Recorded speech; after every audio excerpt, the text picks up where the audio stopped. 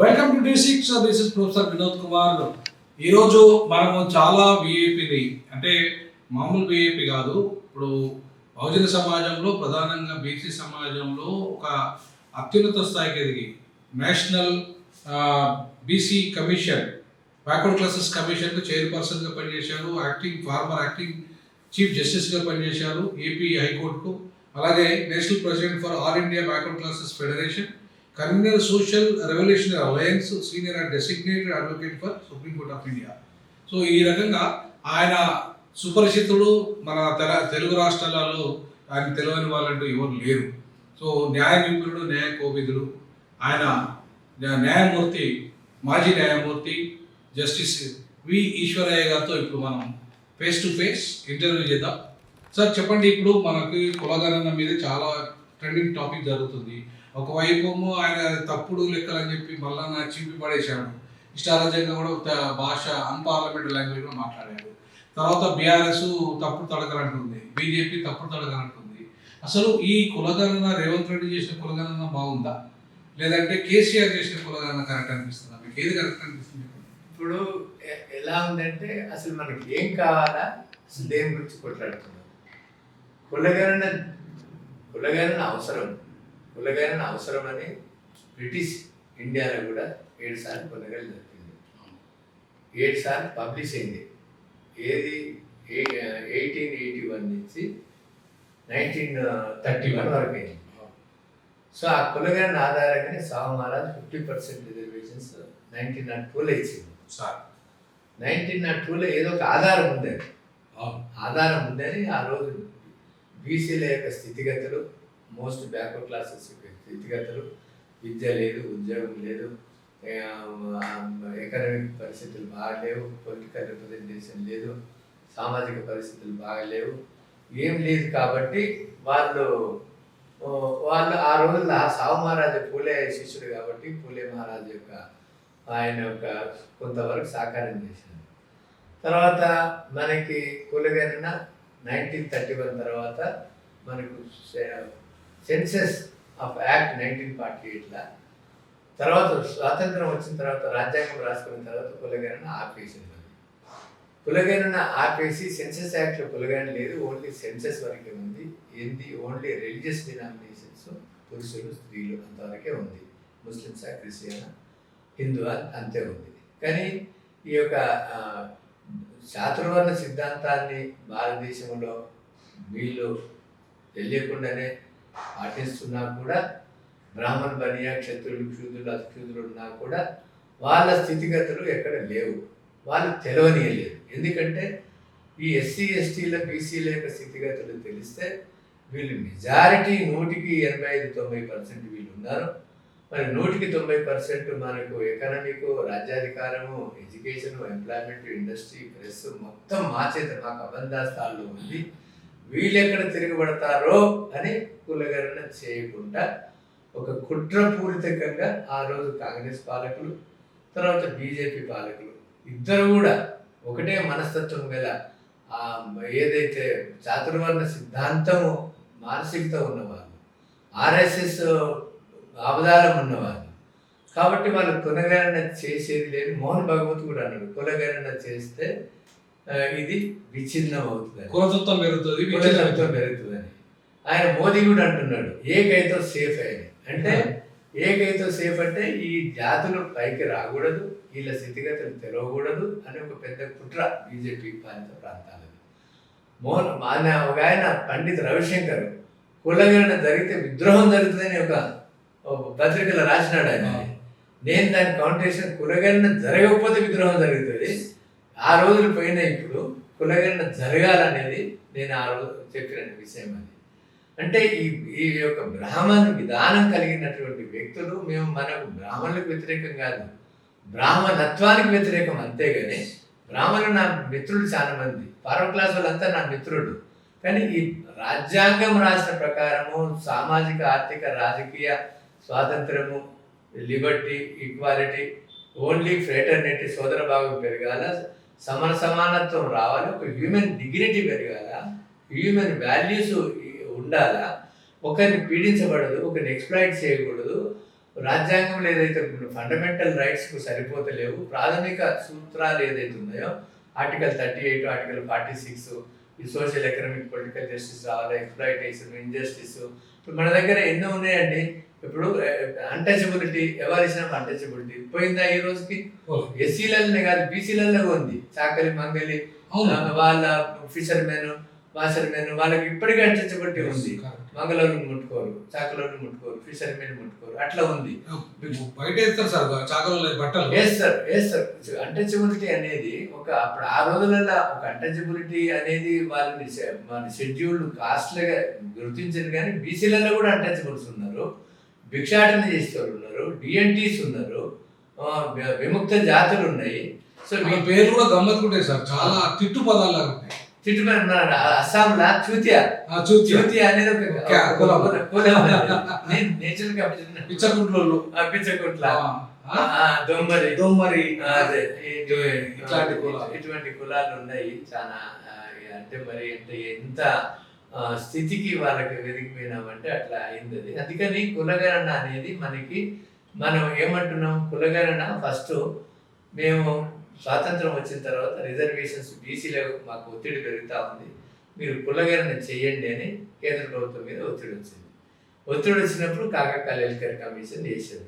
మనం రాజ్యాంగం చూసుకున్నట్టయితే 1935 ఇండియా యాక్ట్లో ఓన్లీ ఎస్సీ ఎస్టీలని షెడ్యూల్లో కలిపినారు. కానీ షెడ్యూల్డ్ కులాలు, షెడ్యూల్డ్ షెడ్యూల్డ్ ట్రైబ్స్, షెడ్యూల్డ్ కులాలు, షెడ్యూల్డ్ ట్రైబ్స్ అంటే అన్టచబుల్స్, ఆదివాసీస్ని కలిపినారు. కానీ బీసీలల్లా సోషల్ మరి మీరు ఆర్టికల్ 16 చూసినట్టే ఓన్లీ బ్యాక్వర్డ్ క్లాసెస్ అని ఉంటుంది వర్డ్. మీకు ఆర్టికల్ 15లో సోషల్ ఎడ్యుకేషన్ బ్యాక్వర్డ్ క్లాస్ లేకుండే, రిజర్వేషన్స్ ఏ రకమైన రిజర్వేషన్స్ లేకుండే, ఓన్లీ ఆర్టికల్ 340 మాత్రమే. సో ఈ ఎస్సీలు ఎస్టీలు ఆల్రెడీ ఇన్వెస్ట్ అయినారు. సోషల్లీ ఎడ్యుకేషనల్లీ బ్యాక్వర్డ్ క్లాసెస్ని గుర్తించి వాళ్ళు ఎదుర్కొన్నటువంటి కష్ట సుఖాలు, హార్డ్షిప్స్ని మనం అధ్యయనం చేసి వాళ్ళకి కావాల్సిన విద్య, ఉద్యోగము, రిజర్వేషన్స్, ఎకనామిక్, వెల్ఫేర్ మెజర్స్ ఇవన్నీ చేయాలనేది ఒక ఆర్టికల్ 340 ఉంది. దాని ప్రకారం మండల్ కమిషన్ వేసి 80లో మండల్ కమిషన్ రిపోర్ట్ వేస్తే 90 వరకు దానికి దిశా దిక్కు లేదు. 90లో మండల్ కమిషన్ రిపోర్ట్ ఇచ్చిన తర్వాత 10 ఏళ్ళు అది అట్లనే పడింది, దాని దుమ్ము దులపలేదు. 90లో బీపీ సింగ్ వచ్చిన తర్వాత ఆయనకు బీసీల సహకారం కావాలి కాబట్టి మన వాళ్ళు చాతుర్యంగా అప్పుడు ఉన్న మన బీసీ నాయకులు శరద్ యాదవ్ కానీ, ములాయం సింగ్ కానీ, తర్వాత కాంశీరామ్ వైపు. సో ఈ దాని మీద మండల్ కమిషన్ మేము ఇంప్లిమెంట్ చేస్తే మీకు సపోర్ట్ చేస్తాము అని ఒక పొలిటికల్ పోలరైజేషన్ అయ్యి మరి బీపీ సింగ్ గారు నేను ఇంప్లిమెంట్ చేస్తానని డిక్లేర్ చేసింది. ఇంప్లిమెంట్ చేస్తానని డిక్లేర్ చేసిన తర్వాత అది దాని మీద మండల్ కమిషను ఇంప్లిమెంట్ చేస్తామని మన పార్లమెంట్లో ఆయన డిక్లేర్ చేయడం. దాని తర్వాత డిక్లేర్ చేసిన తర్వాత ఈ మండలికి వ్యతిరేకంగా కమండల్ ఉద్యమం లేపడం, ఆయన రథయాత్ర పెట్టడం అద్వానీ గారు. సో మన బీసీలకు చైతన్యం లేదు అప్పుడు. మండల్ కమిషన్ ఎందుకు మెరిట్ ఒక అంటే మనకు మరి అశాస్త్రీయమైన ఒక స్లోగన్ని తీసుకొచ్చి మెరిట్ దెబ్బతింటది. ఈ యొక్క మాదిగ మంగలి కుమ్మరి కమ్మరి హరిజనుడు గిరిజనుడు డాక్టర్ అయితే వాళ్ళ ఆపరేషన్ ఎట్లా చేస్తాడు, లేకపోతే వీళ్ళు జడ్జీలు ఎట్లా చేస్తారు అని ఒక అపోహను కల్పించి తప్పుడు అపోహను కల్పించి ఆ మండల ఉద్యమాన్ని కమండల్ ఉద్యమం లేదండి. సరే అప్పుడు దానికి మనకు అప్పుడున్న దాన్ని ఇంప్లిమెంట్ చేస్తామని వీపీ సింగ్ పడిపోయింది. కాంగ్రెస్ గవర్నమెంట్ పివి నరసింహరావు ప్రధానమంత్రి అయినప్పుడు ఇది ఇంప్లిమెంట్ చేస్తామని మెమరాండమ్స్ ఇవ్వడం.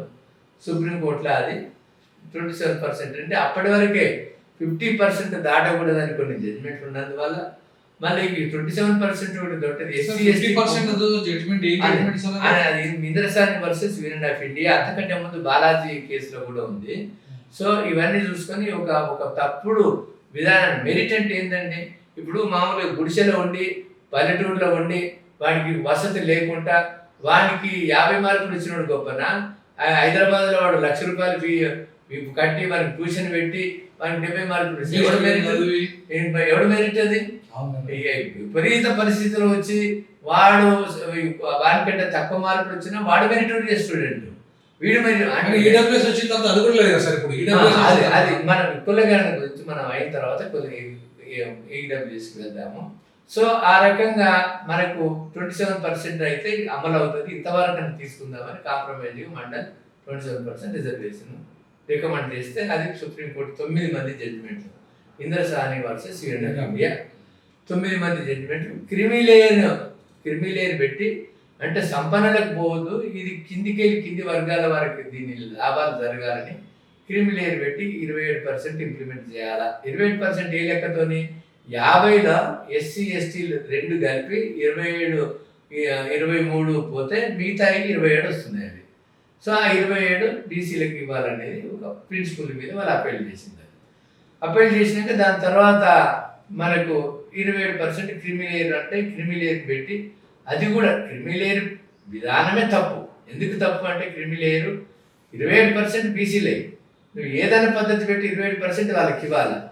ఒక చేతితో 27% ఇచ్చి నువ్వు క్రిమిలేయర్ ఉన్నావని నీకు అందరూ బీసీల కంటే పైకి ఎదిగినారని అందులో డీరిజర్వ్ చేసి, అంటే 27% క్రిమిలేయర్ పేరు మీద డీరిజర్వ్ చేసి అవి మళ్ళీ సవరణలకి ఇవ్వడం, ఆధిపత్య కులాలు తీసుకోవడము, అది కూడా కుట్రపూరితంగా అయింది.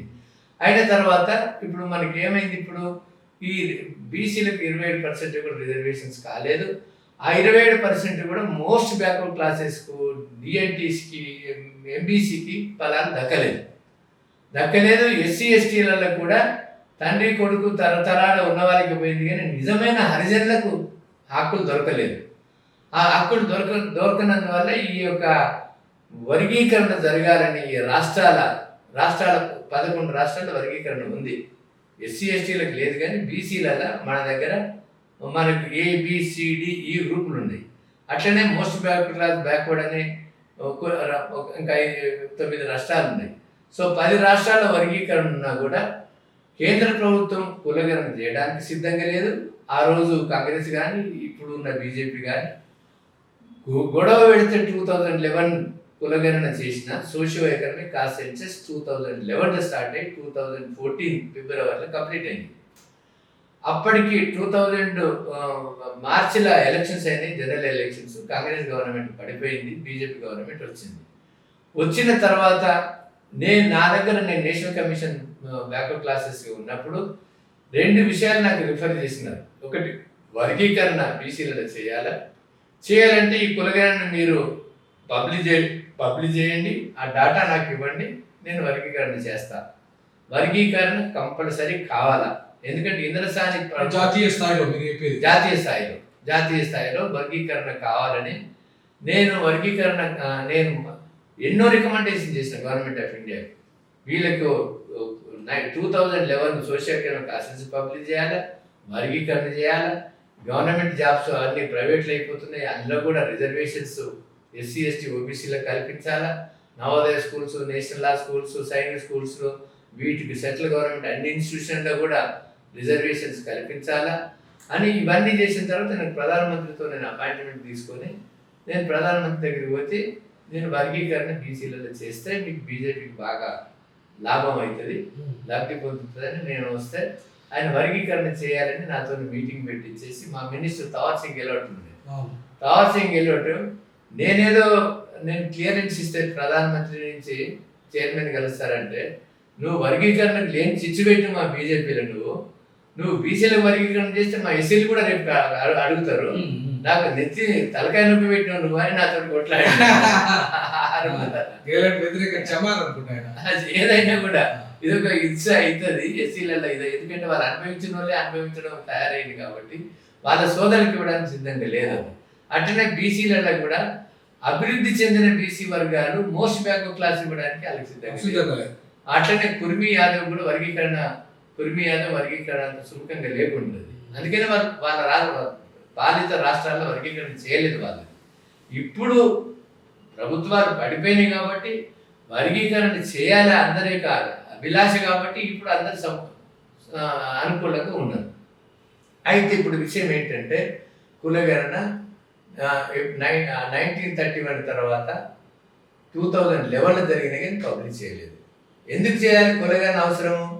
రాజ్యాంగంలో ఉన్నటువంటి యొక్క ప్రాథమిక హక్కులు, ప్రాథమిక సూత్రాలు అమలు చేయడానికి ఒక దిక్సూచిగా ఉంటుంది అని కులగణన అవసరం అది. అయితే ఈ కులగణన లేకున్నా కూడా తమిళనాడులో 1928కి వెళ్ళి జస్టిస్ పార్టీ కమ్యూనల్ రిజర్వేషన్స్ ఇస్తున్నారు వాళ్ళు. అక్కడ రాజ్యాంగం వచ్చినాక కమ్యూనల్ రిజర్వేషన్స్ చెల్లదు కాబట్టి కొట్టేస్తే అప్పుడు 15(4) యాడ్ చేశారు. 15(4) యాడ్ చేసి వీళ్ళకు సోషల్ ఎడ్యుకేషన్ బ్యాక్వర్డ్ క్లాస్ అని పదం 3 పార్ట్లో ఉంది కదా, సోషల్ ఎడ్యుకేషన్ బ్యాక్వర్డ్ క్లాసెస్కి, ఎస్సీస్కి, ఎస్టీస్కి reservations, welfare measures, economic measures ఇవ్వాలా అని ఒక చట్టం చేసుకోవచ్చు ఏ రాష్ట్రమైనా అని వెల్ఫేర్ పార్టీ ఇచ్చింది. సో దాని ప్రకారమే ఈ మండల్ కమిషన్ రిపోర్ట్ కూడా సో అక్కడ ఉన్న రాజ్యాంగంలో ఉంది. యాక్ట్ చేయకపోయినా కూడా బై ఎగ్జిక్యూటివ్ ఆర్డర్తో కూడా మీరు ఇంప్లిమెంట్ చేసుకోవచ్చు.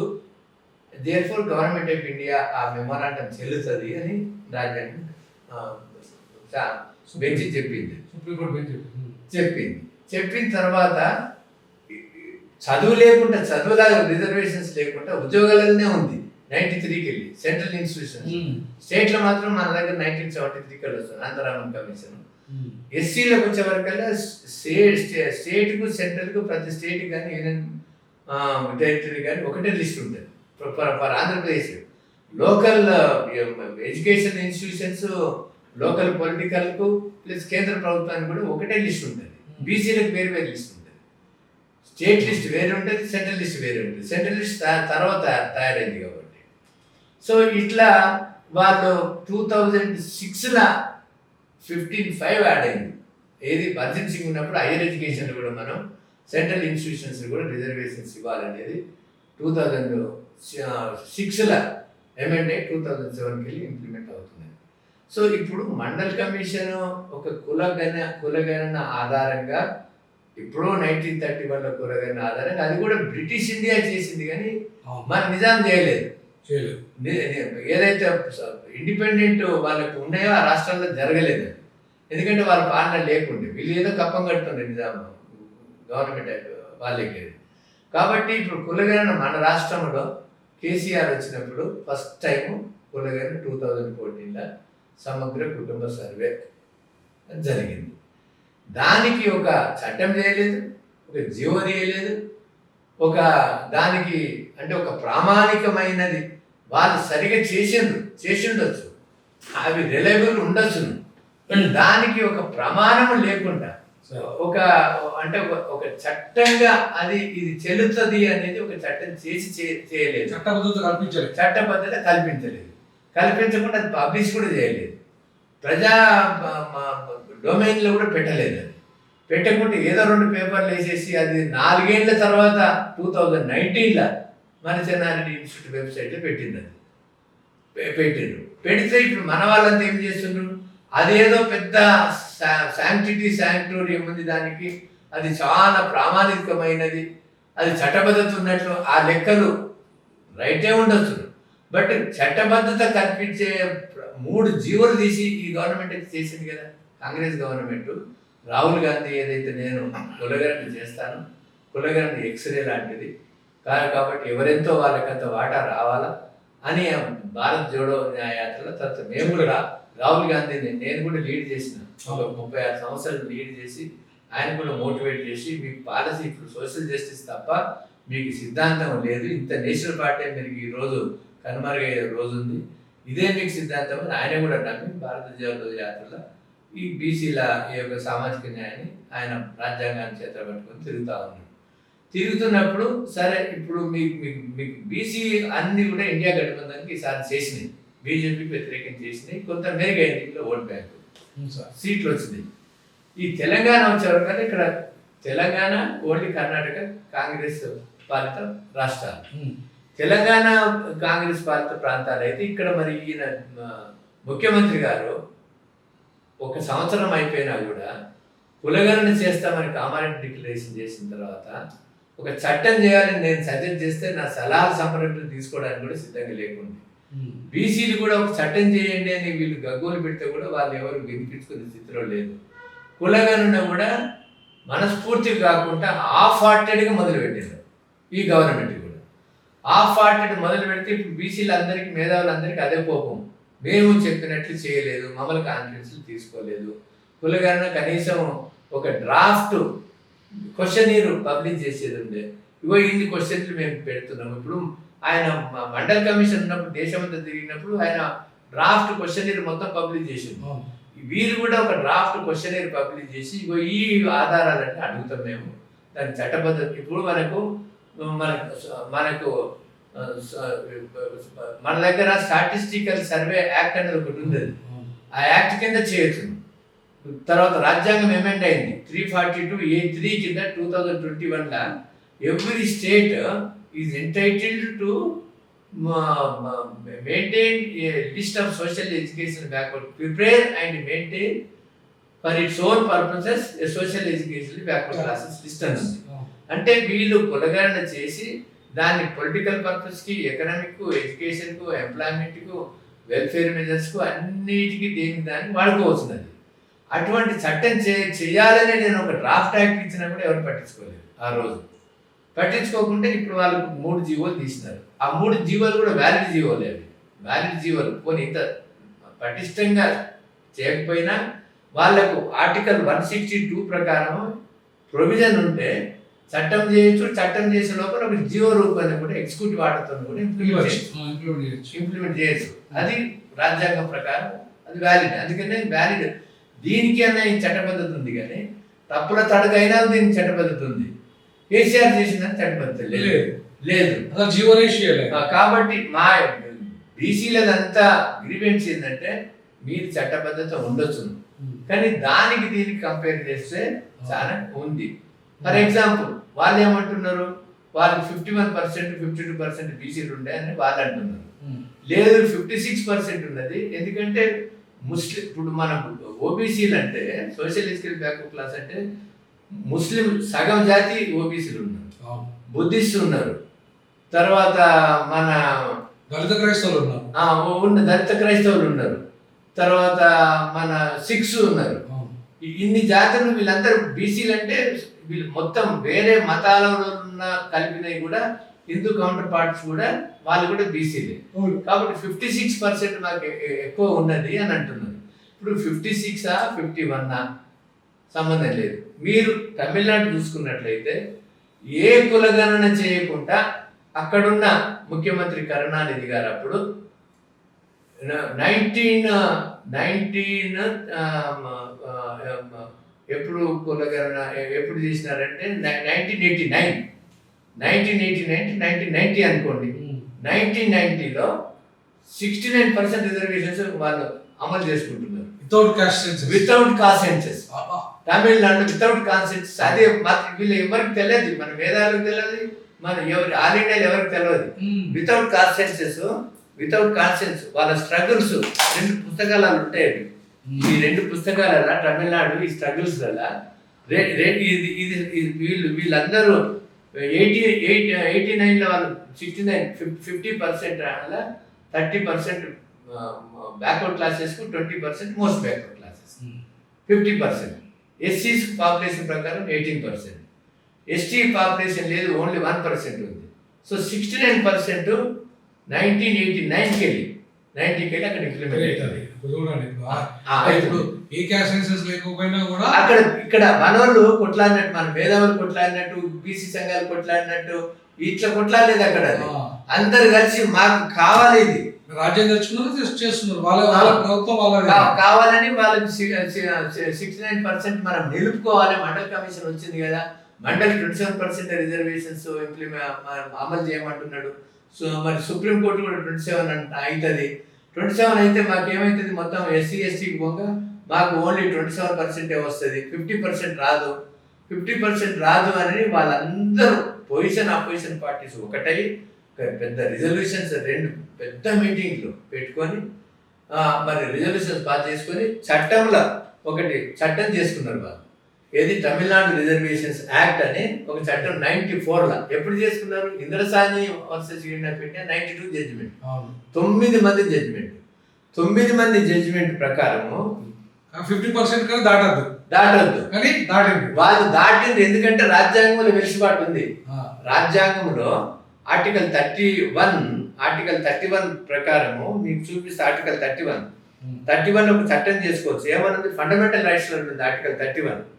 ఫండమెంటల్ రైట్స్ లా ఏదైతే లా మనం చేసుకుంటామో for securing all or any of the principles laid down in part 4 అంటే directive principles shall be deemed to be void or on the ground that it is inconsistent or takes away or abridges any of the rights conferred by Article 14 or Article 19 and no law containing the declaration that it is giving effect to such policy. అంటే ఏ చట్టమైనా కూడా మా government చెప్పి ఇది మా policy అండి, మా policy మేము already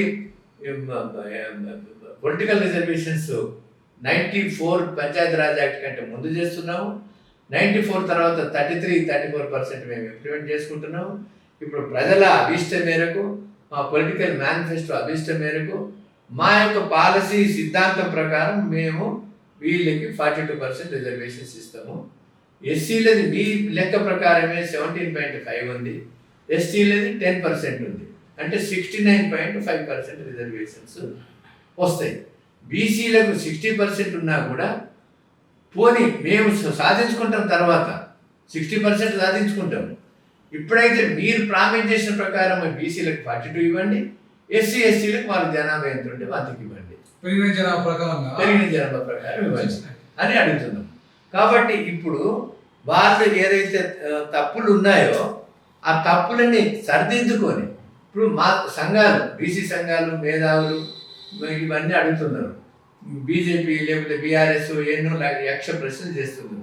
అసలు ఏంటి సొల్యూషన్? మీరు ముందుకు రండి, మీ ఎక్కడ తప్పు ఉంది అది మీరు పాయింట్ అవుట్ చేసి తమిళనాడు చేసినట్టుగా అదే ఇక్కడ ఆల్రెడీ క్యాస్ట్ సెన్సస్ కూడా అయింది, సెన్సస్ కూడా అయింది.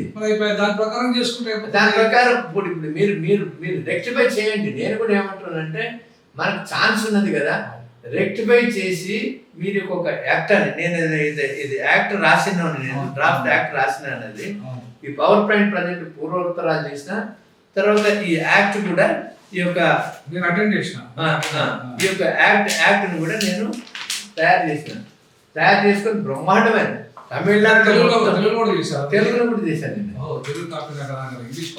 అది తెలుగులో కూడా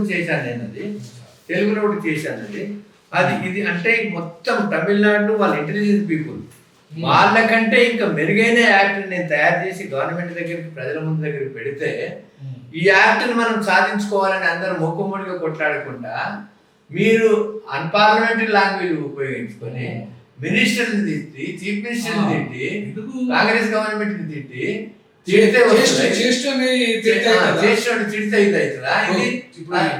అంటే వీళ్ళు వాళ్ళకి మనకున్న బలం ఎంత? మందకృష్ణ కూడా ఇప్పుడు చేస్తాను సాగుతప్పు కొడతానని తిరిగిండు అని తిరిగి ఇప్పుడు ఎన్నేళ్ళ వాళ్ళకి త్యాగఫలం అనుకోండి ఈ రోజు వచ్చింది. ఇప్పుడు మాదిగలకు కనీసం 10% రావాలేమో, కానీ 9% వచ్చింది కదా. ఇప్పుడు 15% ఉండొచ్చు, ఒకసారి అనుకుందాం 10% రావాలి. 10% పెట్టిన ఒక పర్సెంట్ మాలలకు ఎక్కువ పోయి అనుకున్నా కూడా మాలలు, మాదిగలు, చిన్న ఉపకులాలు ఒకటై మనం పొలిటికల్ పవర్ మనం చేయించుకోవాలా, లేకపోతే ఇంకా 1% కొట్లాడదామా? ఇది ఇప్పుడు ఇంట్లో చిన్న చిన్న తప్పులు ఉన్నాయని సర్దిద్దుకోవాలి. కానీ అది మనకు వచ్చేది 69% సాధించుకున్నాం. అంతకుముందు 7% వచ్చింది సార్. ఇప్పుడు 2000-2004 వరకు ఓన్లీ 7% వచ్చింది ఉమ్మడి రాష్ట్రంలో. ఇంకా 2 పెరిగింది కదా, లాభం జరిగింది కదా. ఎందుకు అనవసరంగా దాన్ని ఇంకా లల్లు చేసుకోవడం? మాదిగల కన్నా అర్థమే లేదు అది ఎందుకంటే అంటే ఏదో అదృశ్యమైన శక్తులు ఉంటాయి కాబట్టి కొంతమంది ప్రో బీజేపీ ఉంటారు, కొంతమంది ప్రో కాంగ్రెస్ ఉంటారు, కొంతమంది ప్రో బీఆర్ఎస్ ఉంటారు. ఈ యొక్క ప్రజా సంఘాల ప్రజా నాయకులకు ఇటువంటి ప్రెజరీస్ ఉంటే ప్రజలకు అన్యాయం చేసినట్లయితే, ద్రోహం చేసినట్లయితే కానీ ఈ కమ్యూనిటీకి న్యాయం చేసినట్లు ఉండదు అది. కాబట్టి ఎవడైనా నిస్వార్థపడి ఉంటే నా జాతి గురించి, నా వర్గం గురించి నేను పోట్లాడాలి, కానీ నాకెవడో ఆశ పెడతాడు, రేపేదో వాడేసి పెడతాడు, వాడేదో ఆడించినట్టు ఆడితే మాత్రం ఇది చాలా మన జాతికి పడిపోతుంది. అందుకని నా యొక్క ఉద్దేశం ఏంటంటే, ఇప్పుడు ఏ గవర్నమెంట్ లేని ఇప్పుడు ఆయన రేవంత్ రెడ్డికి స్వతహాగా ఆయనకు వేరే భావాలు ఉండొచ్చు, అగ్రకులాలకు వేరే భావాలు ఉండొచ్చు. ఇప్పుడు కాంగ్రెస్ అధిష్టాన వర్గం కట్టుబడి ఉంది, వీళ్ళు కూడా కులగణన చేసిండ్రు.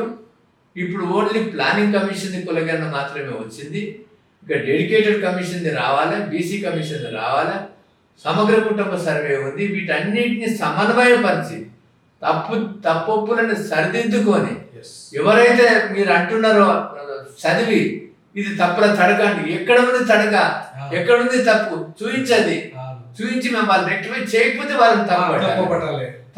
కానీ ఇప్పుడు దానికి ప్రజల్ని తప్పుదో పట్టించే విధంగా ఒక తప్పుడు ప్రచారం చేసేసి వేరే పార్టీకి ఉపయోగపడే విధంగా కాంగ్రెస్ మీద దుమ్మేసి, రేవంత్ రెడ్డి మీద దుమ్మేసి ఈ రకంగా బదనాలు చేయడం అనేది ఇది ప్రజాస్వామ్యంలో. అందులో ఇప్పుడు మనం ఏ కొట్లాడినా కూడా శాంతియుతంగా, ధర్మయుద్ధంగా, రాజ్యాంగం ప్రకారం కొట్లాడాలి. పెరియార్ రామస్వామి కొట్లాడినా, సావు మహారాజ్ కొట్టినా, అంబేద్కర్ కొట్లాడినా, గాంధీ కొట్లాడినా, ఎవరు కొట్లాడినా కూడా, ఊలే కొట్లాడినా కూడా మనం ఒక పద్ధతి ప్రకారం, ఒక సంస్కారవంతంగా, ఒక ఫిలాసఫీ ప్రకారం కొట్లాడింది అది.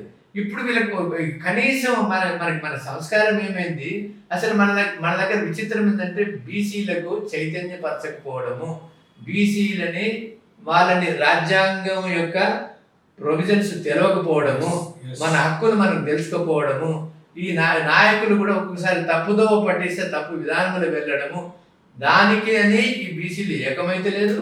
బీసీలకు రావాల్సిన రాజ్యాధికారం కానీ, మనకు హక్కులు కానీ, ఎడ్యుకేషన్, ఎంప్లాయ్మెంట్,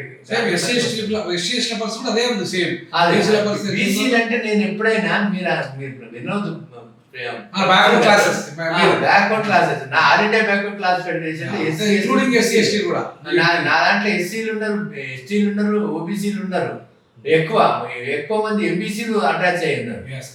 కాబట్టి నేను బీసీలు అంటే అది సుప్రీంకోర్టు చెప్పిన నిర్వచనం అది. బీసీలు అంటే బ్యాక్వర్డ్ క్లాసెస్ అంటే ఇంక్లూడింగ్ ఎస్సీ ఎస్టీలు కూడా. ఈ బ్యాక్వర్డ్ క్లాసెస్ అంటే ఎస్సీస్ plus STs plus social education backward classes, all three put together are the backward classes.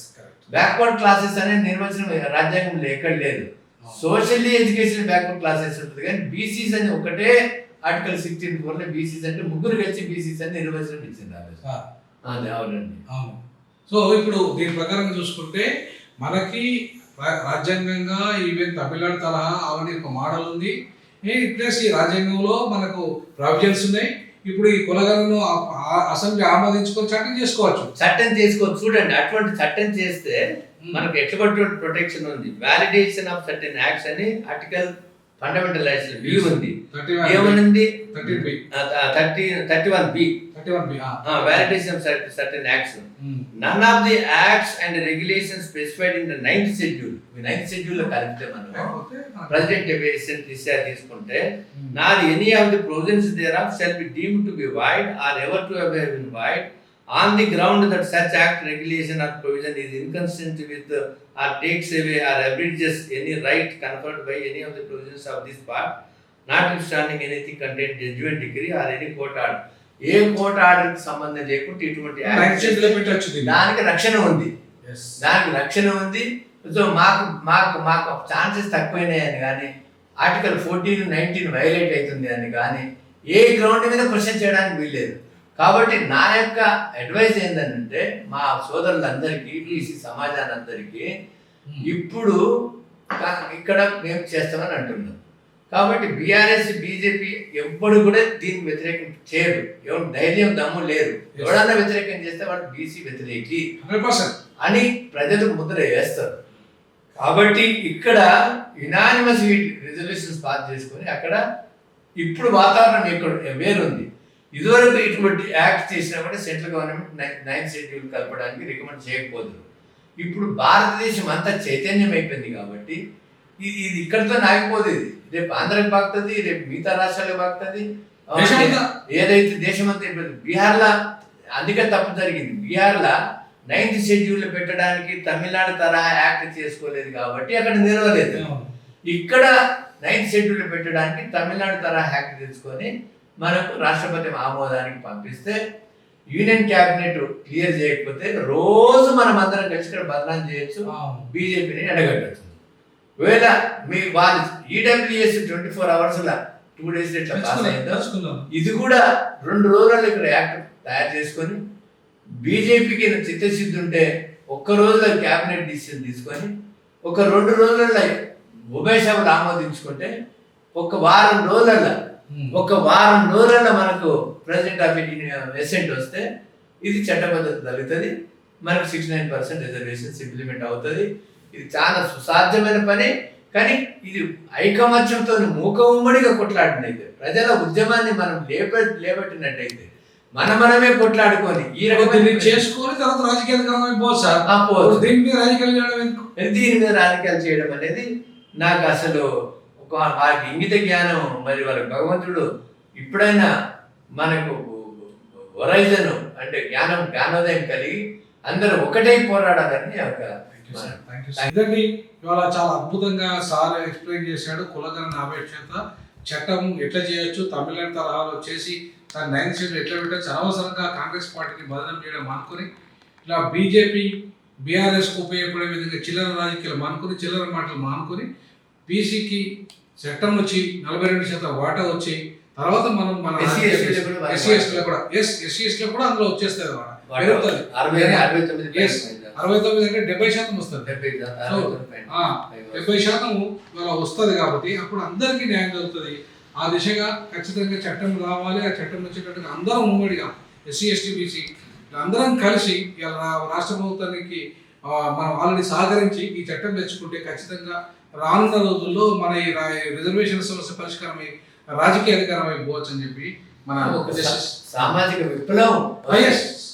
విప్లవం వస్తుందని చెప్పి జస్టిస్ ఈశ్వరయ్య గారు ఈ చట్టము ఉభయ తెలుగు రాష్ట్రాలకు ఒక రాజ్యాంగం ఇది. రాజ్యాంగంలో ఉన్న ఫలాలన్నీ పొందడానికి ఇది ఒక పెద్ద సువర్ణ అవకాశం.